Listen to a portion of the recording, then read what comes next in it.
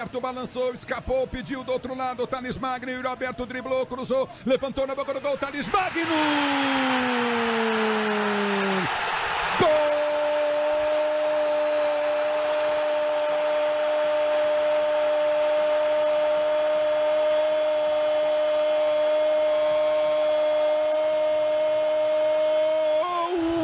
Do Corinthians!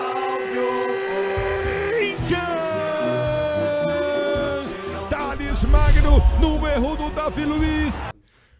Bom dia, boa tarde, boa noite, você que está aqui presente em mais um episódio do Futebola Podcast. Meu nome é Gabriel Franco e hoje estou aqui mais uma vez com vocês para comentar tudo que de melhor e pior aconteceu nessa semana do futebol internacional e também no futebol nacional. Então já segue aí, já acompanha, já faz aquele preparativo para você que está preparado para 30 minutos de futebol. E hoje eu estou aqui trajando a camisa do Barcelona, vamos falar mais de Barcelona, a camisa é essa da temporada 22-23, campeão espanhol da Chavineta, quando o Barcelona era treinado por Xavi.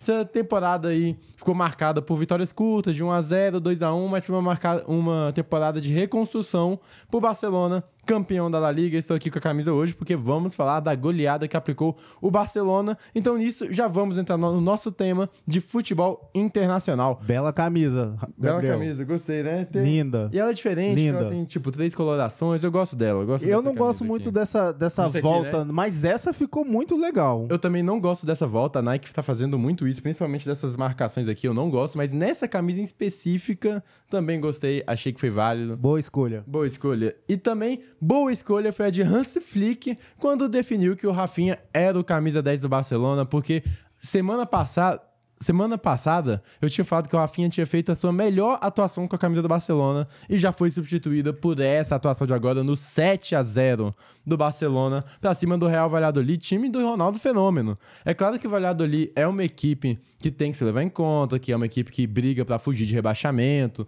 não tem grande investimento, perdeu pro Real Madrid agora e também já vem de terceira derrota consecutiva na La Liga. Tudo isso é verdade? Sim. Mas principalmente pra quem acompanha o Barcelona de um tempo pra cá, até antes de saída do Messi, mas na saída do Messi, que foi o fundo do poço pro barcelonismo, já era uma equipe que não marcava tantos gols, era engessada. A gente teve um Barcelona numa temporada ali na seguinte que o Messi foi embora, muito ruim, com peças muito abaixo, muito aquém do que é o Barcelona, problemas financeiros, problemas na justiça. O Barcelona quase faliu, encontrou o fundo do poço e agora para esse torcedor poder estar vendo um 7-0 de novo com um futebol bem jogado é diferente. Hansi Flick já começa a impor ideia de um futebol mais veloz, um futebol com mais intensidade. É interessante que no Barcelona do Xavi, que eu acho bom treinador, tá? Acho o Xavi um treinador jovem, bom treinador e o que mais entende de barcelonismo na face da terra. É no Barcelona que perdia muita intensidade no segundo tempo, no final das partidas, e com o Hansi Flick parece que é o contrário. Hansi Flick que achou o Rafinha como 10, como eu tinha falado, o Rafinha, é claro, joga nas duas pontas, e é aquilo que eu também venho batendo na tecla, tem que entender qual a melhor função do jogador, onde que ele vai bem. E o Rafinha de meia tá achando espaço, tá caindo pros dois lados, e ele atacar espaço é a especialidade do Rafinha. O primeiro gol dele é assim, numa bola lançada, ele vai, ataca o espaço, chega bem cortando a área e fazendo o gol. E ele foi o primeiro de 3, que meteu o hat-trick, o primeiro hat-trick de sua carreira. Também detalhe pela Lamine Yamal com 2 assistências. Dani Olmo, que depois de bater na trave, acertou o gol, também fez seu gol. Foi uma atuação de gala do Barcelona, futebol bem jogado, Lamine Yamal dando dribles, o Rafinha sendo esse cara no meio que orbita ali o centroavante, que acha espaço nas duas laterais. Muito bom time. É claro que eu ainda acho que tem assim, a ausência de um primeiro volante que o Barcelona precisa, não tendo seu elenco. O Marc Bernat acabou se machucando e vai ficar a temporada fora. Então, detalhe para esse Barcelona aí que vai chegar bem para essa temporada, é a minha expectativa que tá funcionando. E agora vamos Rafinha tá na seleção? Não tá, eu vejo muita gente criticando, eu até acho louvável quem critica, porque realmente ele deveria estar sim, ponto. Mas ele não está porque ele tá suspenso, então não faria muito sentido pro Dorival convocar um cara que tá suspenso pra data FIFA, né? Então realmente, dessa convocação dá pra passar em branco, Dorival. Mas na próxima não dá, o que o Rafinha vem jogando de bola é muita coisa, eu gosto muito bem dele, apoia sem bola, com bola, faz todas as funções do meio agora, né? Já fazia as duas pontas. E agora fazendo também o meio campo lá, camisa 10, o ponta de lança. Então, Parabéns pro Barcelona, parabéns pro Rafinha. E agora, continuando aqui no barcelonismo, guardiolismo, falar de Manchester City. É claro, mais um jogo protocolar, né? O assunto favorito do Gabriel. Gosto Guardiolismo. bastante. Gosto bastante do Guardiolismo. Careca. Claro, protocolar, show de jogo do Manchester City, começo de temporada, o que já é padrão do City, começa a engrenar, pra depois, quando a temporada entra em reta final, o time dá o gás final e ele arranca de vez. Mais uma vitória, outra vitória até agora 100% na Premier League, mas aqui o destaque vai de novo pro Haaland e o Haalandinho, mais um hat-trick na conta do norueguês. Ele, talvez a gente pode dizer, sei lá, ele é o melhor, pior jogador da história? Não sei, porque ele realmente, assim... Trato com bola, não tem dos melhores. Até o jeito de correr, o jeito de andar, sabe? Não é a passada de craque, mas ele faz muito gol, é um touro fisicamente, ganha tanto no corpo, tanto na velocidade. O posicionamento dele é muito bom e a capacidade de finalização dele nem se fala. Ele tem uma facilidade pra fazer o gol que é impressionante. E não é nem parece ser tipo assim, caramba, é só chute no ângulo. Não é, mas é aquele chute forte que entra com direção e ele vem fazendo mais e mais gols. E falar de Haaland é falar de matemática. Vamos aqui, é o 8º hat-trick do Haaland na Premier League em 69 jogos. Ele tem 70 gols em 69 jogos da liga mais disputada do mundo. E pra você ter uma noção, ele conseguiu esse hat-trick em 69 jogos. O Henry, que tem a mesma quantidade de hat-tricks que ele, Henry, Arsenal, um dos maiores jogadores da história, conseguiu isso em 258 partidas. E o Fowler, que é o próximo que vem aí com 9 hat-tricks, um a mais que o Haaland, fez em 379. É bizarro o que esse garoto faz, e assim, nas mãos de quem, né? Nas mãos do papai Guardiola. Então aí, o detalhe pro Haaland, detalhe pro Manchester City. Mas também, né, o cara tem uma dieta super, né, diferenciada. O Cada Haaland, profissional extremo. ele se alimenta com coração e fígado de bovinos e recebe a luz do sol nos olhos pela manhã. Faz meditação, inclusive voltou a meditar na comemoração do gol. E também, diretor, fala que é essencial pra ele beber leite. Bebe leite puro. E bebe a água mais pura possível. Tem água mais pura possível? Segundo aqui a dieta dele no documentário dele, parece que tem. Como é que ele busca a água mais pura possível? Aí é o segredo do Haaland. Tá aí. Talvez o segredo seja, já diria, o papai Cris, né? Água. Eu acho que o Vegete toma um pouquinho dessa água aí. O pirata, Ele velho. toma essa água. Vamos falar um pouco mais de Vasco daqui a pouco. E aqui, clássico inglês, o maior clássico inglês no caso, Manchester United e Liverpool. É um clássico que dos últimos anos a gente vem se acostumando a uma superioridade do Liverpool pra cima dos Red Devils, mas é porque assim, é um time melhor administrado futebolisticamente, é um time que pensa futebol, contra o Manchester United, que agora tá passando por todo um processo de reestruturação. O time foi revendido de novo, parte do time, a parte que administra o futebol foi revendida mais uma vez, e buscou profissionais do Manchester City, inclusive o braço direito ali do CEO do Manchester City foi pro Manchester United, já vem com uma reformulação toda no futebol, uma reformulação toda nos diretores, mas o placar foi o que a gente tá acostumado recentemente, uma vitória de 3-0 do time, que não tem mais o Jurgen Klopp, agora tem Arne Slot, que é um futebol muito legal de ser jogado, tá? Explicando simplificamente, é como se fosse fazer uma mistura de Klopp e Guardiola, não assim ao pé da letra, mas é o futebol rock and roll do Klopp, com muita transição rápida, que quer ser incisivo, atacar quando tiver oportunidade o mais rapidamente, mas tem mais o controle do jogo, preza por controle do jogo, preza por baixar a poeira, controlar, roubar a bola mais no meio de campo, que é algo que o Liverpool já vinha tentando fazer nas últimas temporadas de Klopp, quando contratou o Thiago, por exemplo, Thiago Alcântara, jogador espanhol. Vitória que foi marcada também por uma atuação bem ruim do Casemiro. Dos 3 gols, 2 saíram de um erro de passe dele, outro ele perdeu a bola ali.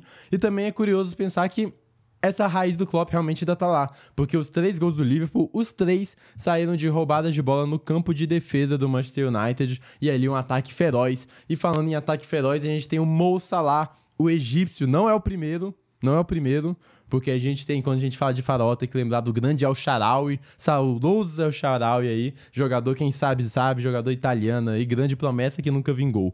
Voltando a falar, né, do faraó que deu certo, Mohamed Salah é o maior artilheiro da história do clássico, são 16 jogos com 15 gols e 6 assistências. Se tem clássico inglês de United e Liverpool, tem gol do Mohamed Salah, voltando aí com 2 assistências e 1 gol na partida de hoje.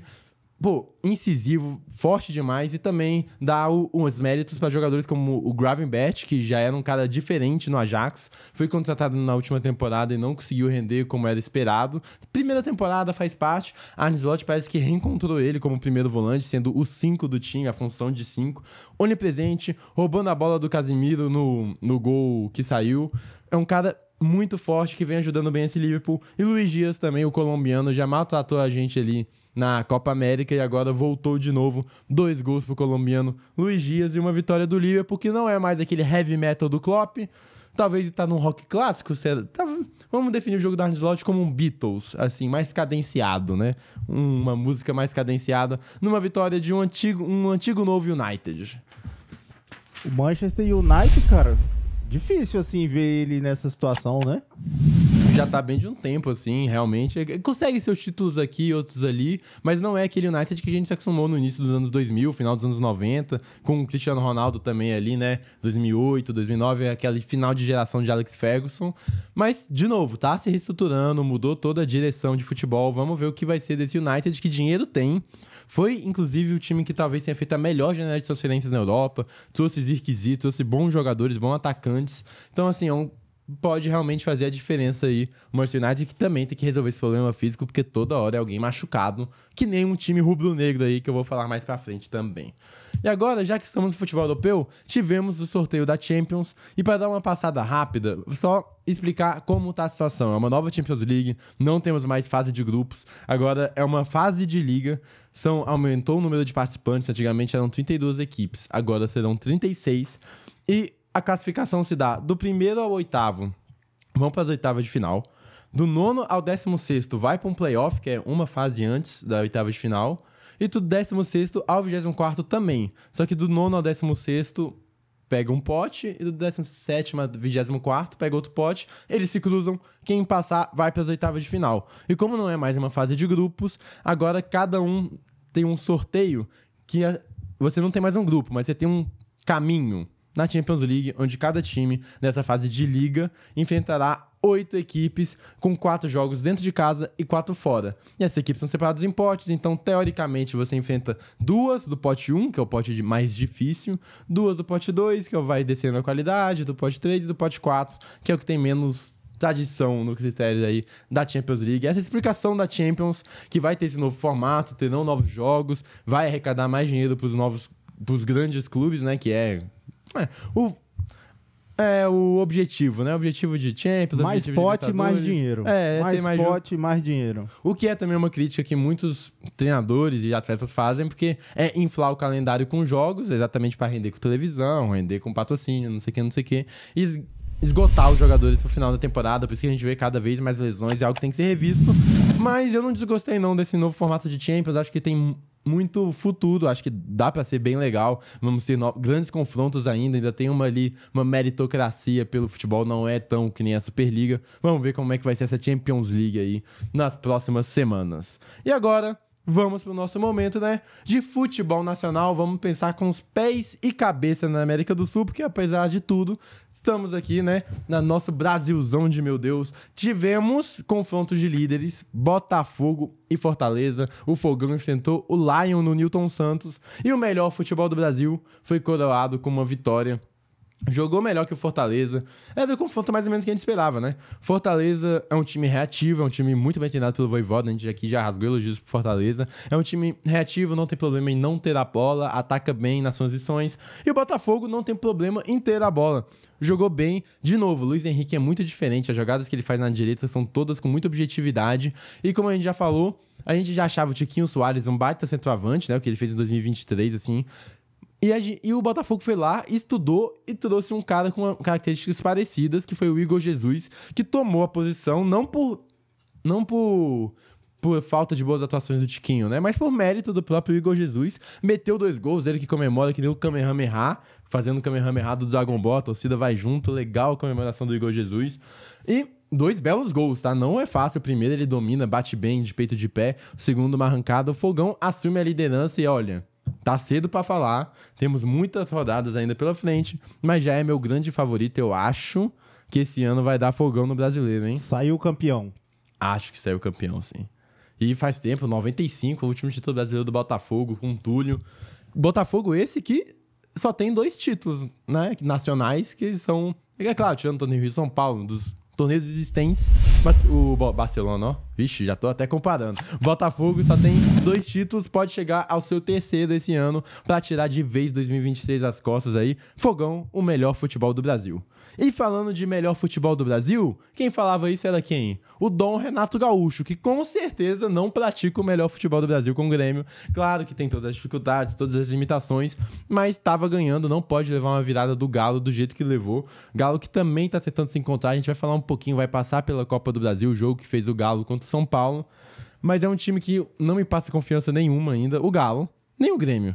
Mas o Galo, por ter mais peças, era esperado que estivesse melhor. O Milito, que começou seu trabalho muito bem, deve ser um momento de muita baixa. E agora é um momento de recuperação aí, com a volta de Hulk. É um time que tá tentando se reencontrar. De novo, acho que o segredo desse Galo é a bola passar mais pelo Scarpa. E quanto mais próximo ao gol, melhor, porque ele é mais perigoso nesses momentos. E também detalhe pro Brett White aqui, já que esse episódio é tudo em volta do Barcelona, né? Que isso, clubismo aflorado. Brett White, quem diria também, o dinamarquês, tá jogando no Grêmio. Dinamarquês aí que jogou no Barcelona exatamente nessa temporada que eu falei, que foi logo após a saída de Messi. Jogou no Barcelona aí. E foi assim, conseguiu a vitória do Galo, tentando se reencontrar, mas, né, ainda não é aquele galão da massa que a gente tá esperando. Também tivemos o Coringão enfrentando o Flamengo, aniversário do Corinthians, parabéns aí, Esporte Clube Corinthians Paulista, parabéns corintianos, Pérez e todos os outros corintianos aí, que é uma grande massa, segunda maior torcida do Brasil. E o melhor time feminino do Brasil. E o melhor time feminino. Parabéns pro Corinthians. Mas de longe, parabéns pro Corinthians. Por essa dedicação aí ao futebol feminino, cara. Isso aí é muito... Cara, é um mérito que ninguém pode tirar dele, não. Parabéns pro Corinthians. E ainda vou chamar o Gabriel Pérez pra falar de Corinthians aqui, ter uma visão de torcedor, mas não vai ser hoje, porque ganhou do Flamengo, então não é hoje. Hoje a gente teve que ver uma vitória com gols do ex-Vasco da Gama, Thales Magno, e do eterno Ângelo Romero. Como o Romero gosta de fazer gol na arena, né? Como gosta de fazer gol na arena, é o maior artilheiro do estádio do Corinthians. E em Itaquera, o Romero decide. Foi um jogo baixo tecnicamente, principalmente pelo que o Flamengo, olhando mais para o Flamengo, pode oferecer. Mas aí a gente tem várias questões. O Flamengo, de novo, joga mal, que é o padrão desse time do Tite, é jogar mal. Infelizmente, a verdade é essa. O Flamengo, claro, sofre com lesões, sofre com o calendário, mas não consegue fazer boas atuações contra o Bahia, contra o Corinthians, contra um time de ponta, contra um time de rebaixamento, contra um time médio, contra um time da América do Sul, contra o time do Brasil. O Flamengo não consegue jogar futebol. Assim, esse Flamengo não joga futebol. Tem muita dificuldade na saída de jogo, muita dificuldade mesmo. A única solução é o Pedro, que agora voltou, e a saída de jogo é bola no Pedro para ele tentar abaixar. É um jogo de futebol americano que o Flamengo joga, onde se lança a bola e o Pedro ganha jardas ali no domínio. Muito mal. É um time que sofre muito na criação, o que é meio estranho, assim. É claro que o Flamengo, por exemplo, o Flamengo esse Campeonato Brasileiro praticamente não jogou com a Arrascaeta e De La Cruz. O De La Cruz só tem 9 jogos no Brasileiro, por Copa América, por lesão, tem esses problemas, sofre muito para construir o Flamengo. De novo, fez uma partida muito abaixo. O Corinthians foi melhor. E o maior mérito desse Flamengo, no Tite, dos últimos jogos, é porque é competitivo. Por mais que não pratique o futebol bem jogado, não tem grandes atuações, mas ele é competitivo. E por ser competitivo, ele consegue buscar ser 1-0, consegue buscar ser um empate difícil. Só que hoje, na competição, o Corinthians foi bem mais competitivo que o Flamengo. No pé de ferro ganhava o Corinthians, na segunda bola ganhava o Corinthians. O Flamengo, de novo, é aquilo. Tem essa questão de deixar o brasileiro um pouco em terceiro plano. Pensa na Copa do Brasil, o time se matou na Copa do Brasil. E no Campeonato Brasileiro a impressão que dá é que o ritmo é outro, a preparação pro jogo é outro. Não tô falando que o Flamengo não perdeu por falta de querência, não. O Flamengo perdeu porque realmente não pratica, não joga bem. Perdeu por não jogar bem. E o Corinthians é um time que também não joga tão bem, mas na competitividade foi muito bem. Detalhe também pro Garro, como acha passe, achou um bolão pro gol do Romero. E a linha do Flamengo, a linha defensiva, que é outro detalhe dessa partida, não existiu. Flamengo muito mal defensivamente. O gol do Corinthians, o segundo gol, tá todo mundo parado, sendo que nenhum deles tá em linha. Davi Luiz tá mais o Fabrício Bruno tá mais na frente, Davi Luiz tá mais atrás, o Varela tá dando condição. Tudo errado. Ayrton Lucas é uma avenida nas costas, infelizmente, a verdade é essa. E o Davi Luiz também foi muito mal no primeiro gol. Péssimo jogo do Davi Luiz. Bom o jogo do Corinthians, pro que se propõe, que é ser competitivo e fazer o que o Flamengo não fez, por exemplo, que é o Corinthians poupou na Copa do Brasil pra jogar o brasileiro, que ele entende que é o mais importante, que o mais importante é realmente não rebaixar. Detalhe pro Corinthians, palmas pro Corinthians aí, feliz aniversário Coringão, e o Flamengo de novo jogando muito aquém do que pode. E aí, falando de quem já jogou aquém do que pode e está melhor, Fluminense, 2-0 pra cima do São Paulo. Detalhe pro golaço do Cauã Elias, que, olha, não é por nada não, mas pode brigar por revelação do campeonato sim, é porque, claro, que o Fluminense tá embaixo da tabela, não é um protagonista desse Brasileirão, mas pode brigar ali por revelação do campeonato, jogando muito bem. Outro que tá jogando muito bem, pouco falado, é o Ganso. Faz uma grande temporada o Ganso, por mais que tenha todas as críticas, ele não é um cara intenso, não é um cara de grande marcação, ele não vai rodar o campo inteiro, mas ele tá achando, faz o que faz melhor de Ganso, né? Organiza o jogo, acha passe, e o Fluminense conseguiu uma vitória até relativamente tranquila contra um São Paulo que não foi tão ofensivo assim, teve algumas chances ali com o Lucas, bateu por cima, mas nada de grande destaque. Teve no finzinho do jogo o gol do Keno, achei que o São Paulo falhou, mas já tava nos últimos lances ali. O time do Mano Menezes faz o bom feijão com arroz nesse sentido. Mano Menezes sabe fazer isso, sabe organizar a defesa. É um time compacto, é um time que não sofre nem 10% do que o Fluminense de início de temporada sofria. Consegue a vitória. E eu já falei anteriormente que o Flu não cai e continuo batendo na tecla, o Flu não cai. Quem também não vai cair é quem, diretor? Quem não vai cair? O Vasco. Vasco da Gama consegue uma vitória, se eu não me engano, nos últimos 8 jogos são 5 vitórias e 3 empates. Uma vitória do Vasco que... Já estamos olhando lá pra Libertadores, já estamos de olho na Libertadores. Será que dá? Você acredita, Dito? Acho que não, deixa como tá bom assim. Vasco esse ano não vai passar sufoco, é a minha aposta aqui, mas já tá se desgarrando, vem bem. E a minha maior, de novo, se for pra destacar algo nesse Vasco, é a resiliência. O Vasco, em outras ocasiões, era um time que, quando conseguia jogar melhor, mesmo assim levava gol, mesmo assim sofria e não conseguia alcançar seu objetivo. Hoje é um Vasco que, mesmo quando não joga tão bem, por exemplo, essa partida contra o Vitória, na minha opinião, não foi das melhores partidas desses últimos 8 jogos do Vasco, não foi. Sofreu muito. As últimas 4 vitórias não foram jogando bem, né? É, exatamente. O Vasco é um time hoje resiliente, forte mentalmente. Eu acho que nesse sentido até o fato do Pedrinho ter assumido, ter tirado esse peso da 777, ter tirado toda essa questão, deu uma folga aí no mental de comissão técnica dos jogadores. E o Vasco que começou esse jogo sendo pressionado, teve um grande lance do Oswaldo ali, que ele dá um chapéu, dá a bola pro jogador do Vitória, que acerta um balaço, mas a bola não entra. Foi um bom jogo do Léo Jardim, foi bem seguro. E o Vasco é muito ofensivo do lado esquerdo, é por lá que saem as maiores chances. Tentou, bola na área, né, que é o que o Vasco costuma fazer. E de bola na área saiu o gol Cruz Maltino, um cruzamento do Payet pro João Vitor marcar seu primeiro gol como profissional. Gosta do João Vitor, ele desde que contratou nessa janela de transferências aí do Vasco criticado, que perdeu o Peck, diretor, que vem sendo um dos melhores jogadores da MLS no campeonato dos Estados Unidos essa temporada, tá? Foi chamado pro All Stars, tá brilhando o Gabriel Peck, que tá no time do Marco Reus, quem diria, né? Quando veríamos isso? Mas enfim, nessa janela que foi tão criticada, na minha opinião, o João Vitor foi realmente o melhor jogador a ser contratado. Pra mim é um baita de um zagueiro, é claro, é jovem, não é totalmente experiente, mas é um baita zagueiro e consegue seu primeiro gol como profissional. O Vasco não joga bem, não faz uma grande partida, mas consegue 3 pontos e vai ser uma temporada, quem sabe, pra ficar marcada. Há quanto tempo, diretor, que o Vasco não jogava um Campeonato Brasileiro sem sofrer tanto? Olha, não sei nem te dizer, viu? Eu nem quero pensar no passado e nem olhar pro futuro. Eu quero curtir o presente. Perfeito, diretor. Perfeito. E com isso, encerramos aqui a nossa rodada de Campeonato Brasileiro, o Brasileirão dessa semana. E vamos dar uma passada aí no que aconteceu na Copa do Brasil. Copa do Brasil jogada, lembrando dos palpitômetros, hein? Quando eu falei que ia passar Vasco, São Paulo, Flamengo e Juventude. Por enquanto, tá ok. Vamos ao que foi o jogo. Vasco e Cap, o Vasco conseguiu a vitória de novo. É o time da virada, né? Consegue a vitória. No último lance, o Hugo Moura faz o gol. O Hugo Moura, ex-Flamengo, tão criticado o Hugo Moura, que olha como o mundo dá voltas, né? O Hugo Moura, nas suas primeiras partidas com o Vasco, foi expulso contra o próprio Atlético Paranaense, lá na Arena da Baixada, foi muito xingado, muito criticado, chegou a ser afastado e voltou pra fazer um gol no último minuto. O mundo é uma bola, né? O mundo é uma bola, o mundo dá voltas. Vitória do Vasco vai definir no Sul.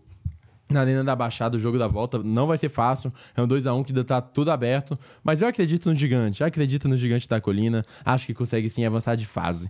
No Morumbis, 1x0 vitória do Galo num jogo que... Coisas do futebol. O São Paulo jogou melhor. Aquilo que eu falo do São Paulo crescer em jogos grandes, realmente eu sinto que acontece. Cresceu nesse jogo contra o Galo. Perdeu muito gol. Perdeu um na pequena área ali de cabeça que não pode perder, o Lucas. Perdeu várias oportunidades. Martelou. E aquele quem não faz leva. Lá no finzinho do jogo, bola na área.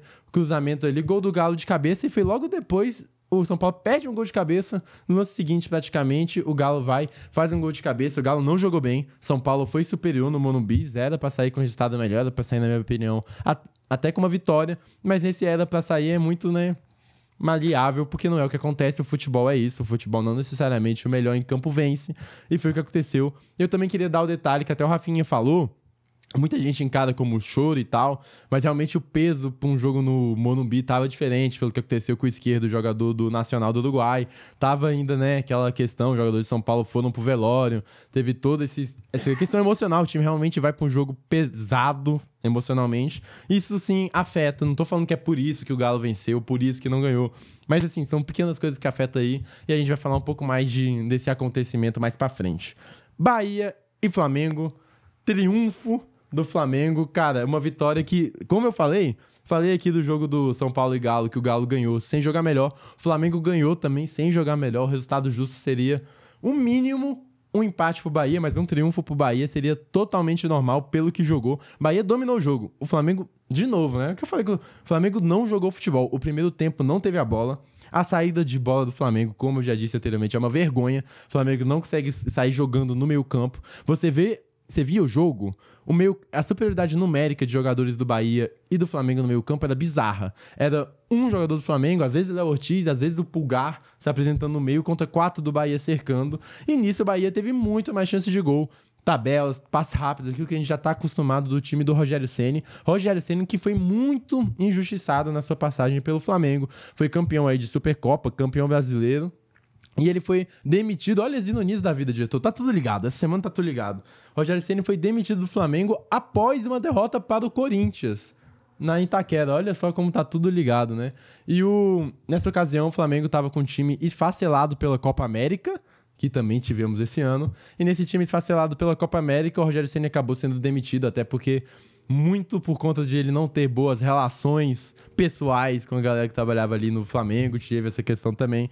Mas é um grande técnico e fez um grande jogo, apesar de que também ele tem 13 jogos contra o Flamengo e 13 derrotas ao Rogério Ceni. Nunca ganhou do Flamengo. E não é nunca ganhou, é sempre perdeu, né? Pois é. É um 0% de aproveitamento do Rogério. 0% de aproveitamento. De acordo lá com o técnico, qual é o Carpini, né? Ele tá cada jogo mais próximo da vitória, né? Mas eu tenho essa teoria. Porque quanto mais você ganha, mais perto da derrota você tá. E quanto mais você perde, estatisticamente, mais perto da vitória você tá. Rogério Ceni contrariando as estatísticas. Contrariando as estatísticas, mas será que vai ser uma 14ª?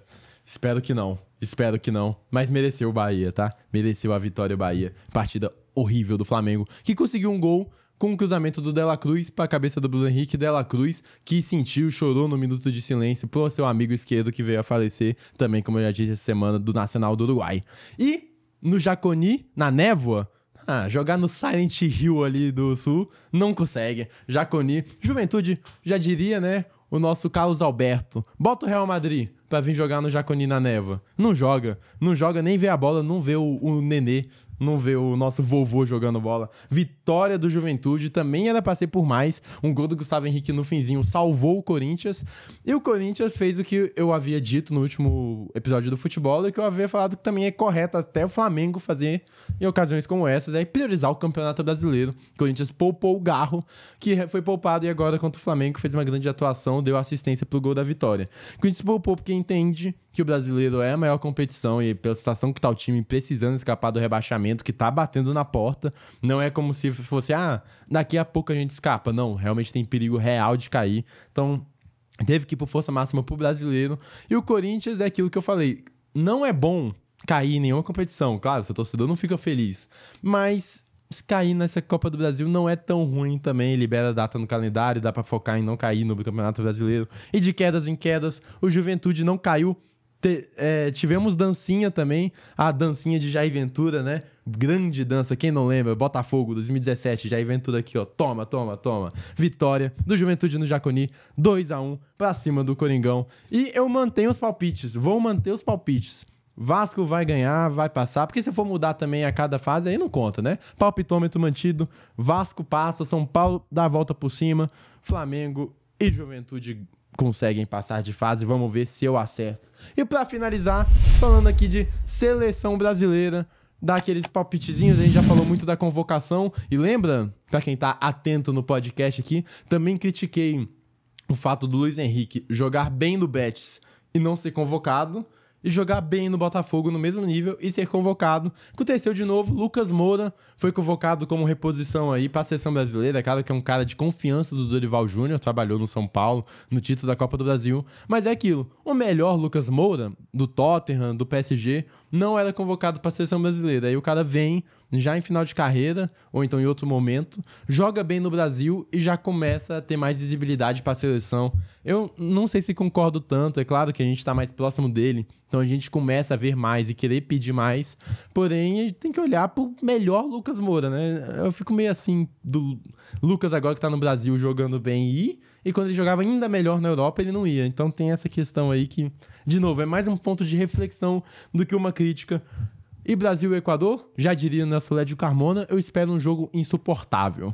Não, agora falando um pouco mais sério, realmente eu espero que o Brasil melhore e não faça as atuações que fez na Copa América. Tomara que seja um time que tenha ideias. Se o Brasil chegar com ideias, nem precisa jogar um jogo lindo não, mas um caminho para onde o Dorival quer seguir. Se eu conseguir observar esse caminho, um jogo de uma seleção um pouco mais solta, uma seleção que saiba como quer chegar ao seu objetivo final, eu já vou ficar feliz. É claro, o Brasil não vai ficar fora dessa Copa do Mundo, até porque é uma Copa, já também aumenta o número de seleções, não vai ficar fora dessa Copa do Mundo, dessas eliminatórias. Equador não é uma grande seleção, dá pra ganhar o jogo aqui de mando do Brasil, então tem que ganhar aí o time de Dorival Júnior e sua esquadra.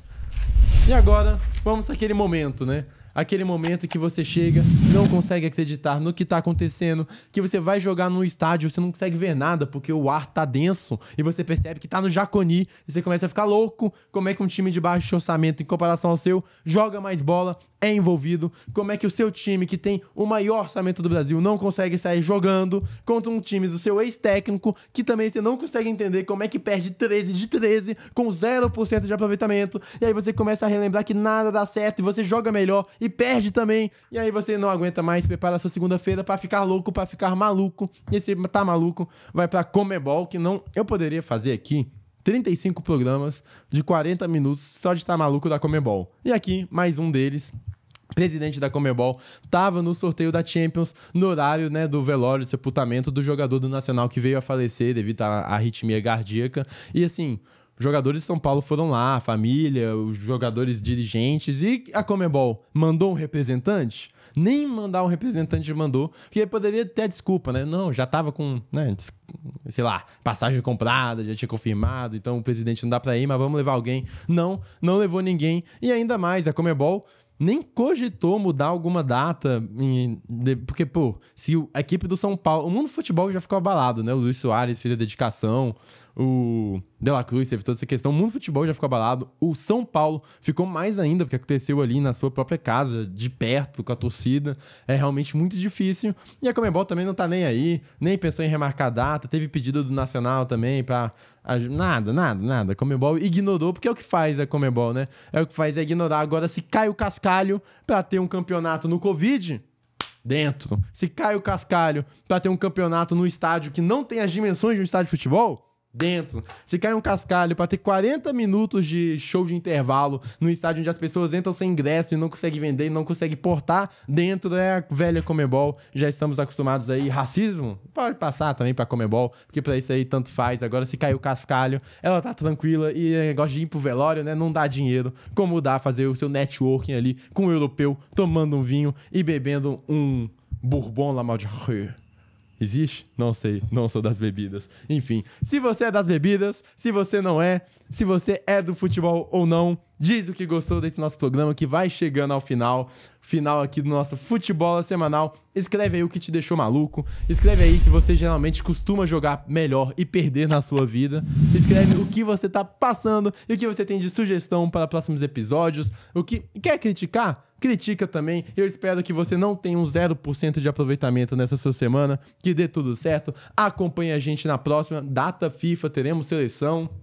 Teremos análise aí de jogadores que vão jogar Champions League. Teremos o nosso Brasil, meu Deus do céu, o Brasil de meu Deus vai voltar a entrar em campo. Teremos muita coisa. Então, muito obrigado por tudo, obrigado pela paciência, obrigado por mais um programa. É isso, tchau!